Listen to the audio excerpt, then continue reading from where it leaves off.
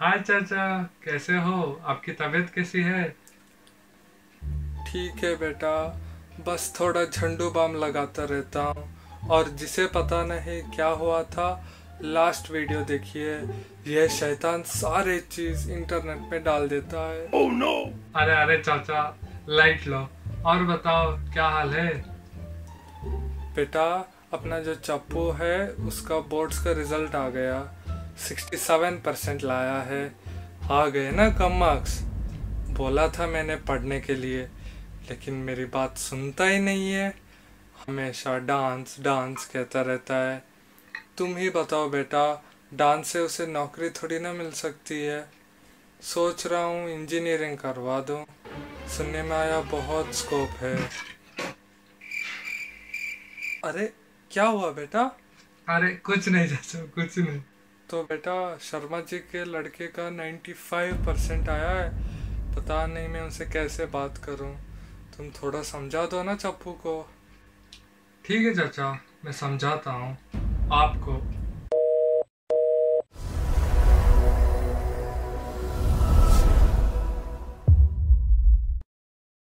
Few days back, I was reading Slam book, which we used to exchange with our friends on the last day of school to share memories. हाँ, वही वाला Slam book. My friend Abhishek, who wanted to be a pilot. One more Kunal, he was excellent at acting. Neha used to say that she would be a tennis champion, and Karthik was bound to become a singer. And you know what? All are working in company now.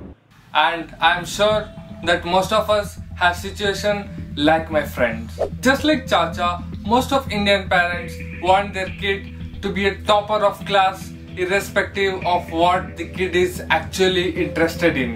We have developed a routine that the son or daughter must study, shall score good marks and shall fetch a job. And there are students who are actually interested in studying, and it's great to know that they are actually working towards their aim.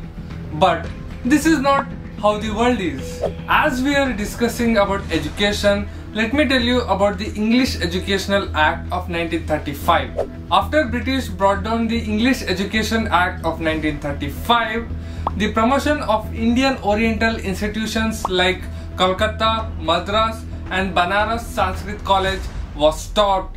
They were seen as the temple of darkness. Another aim of this act was Britishers just wanted people who'd sit in desk and work without raising many questions and shall not exhibit much creativity. And sadly, most of parents are following same path today.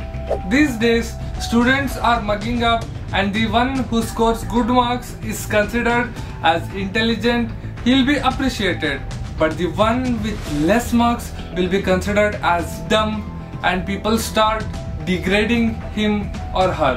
And science is considered as a class while people start judging who choose arts, and creativity word just exist in dictionary. I mean, just look at these people. If they had thought that they are failures just by looking onto their academics, they would not have been where they are today.